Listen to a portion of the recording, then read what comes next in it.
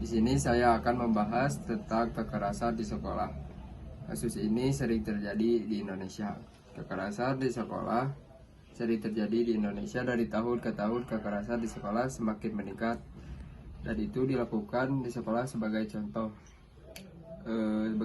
Bila ada anak yang berbadan gemuk atau besar, biasanya orang di sekitarnya akan mengejeknya dengan perkataan yang sangat tidak enak.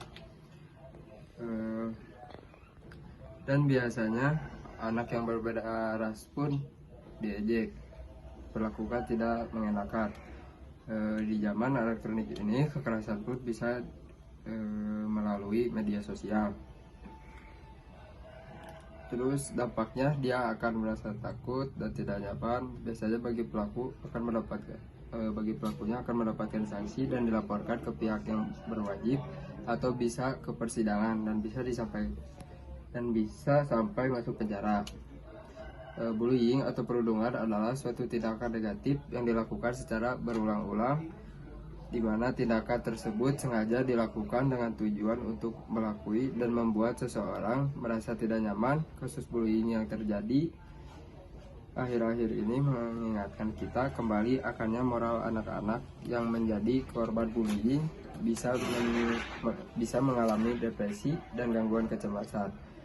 Diperlakukan pemahaman moral individu yang menekankan pada alasan mengapa suatu tindakan dilakukan dan bagaimana seseorang berpikir sampai pada keputusannya bahwa sesuatu adalah baik atau buruk. Stop bullying.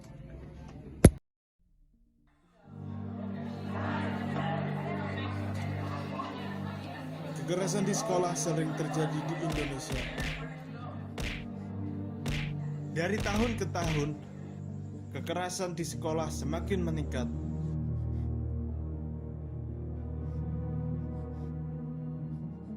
Dan itu dilakukan di sekolah.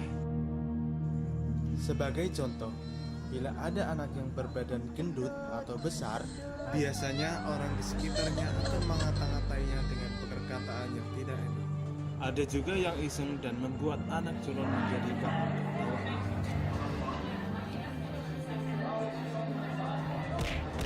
Biasanya, anak yang berbeda ras pun juga diperlakukan tidak mengenakan.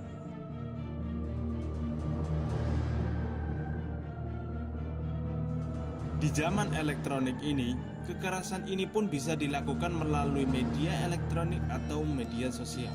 Tahukah kamu apa dampak dari perlakuan tersebut?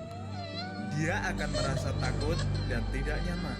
Dan bagi pelaku, biasanya akan mendapat sanksi bertahap dari orang tua, pihak yang berwajib, atau di persidangan, dan bisa sampai akhirnya dipenjara.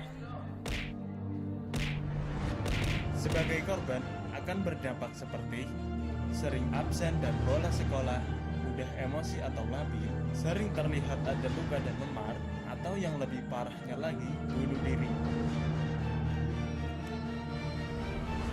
Apakah kamu siap menerima semua perlakuan itu? Stop kekerasan di sekolah.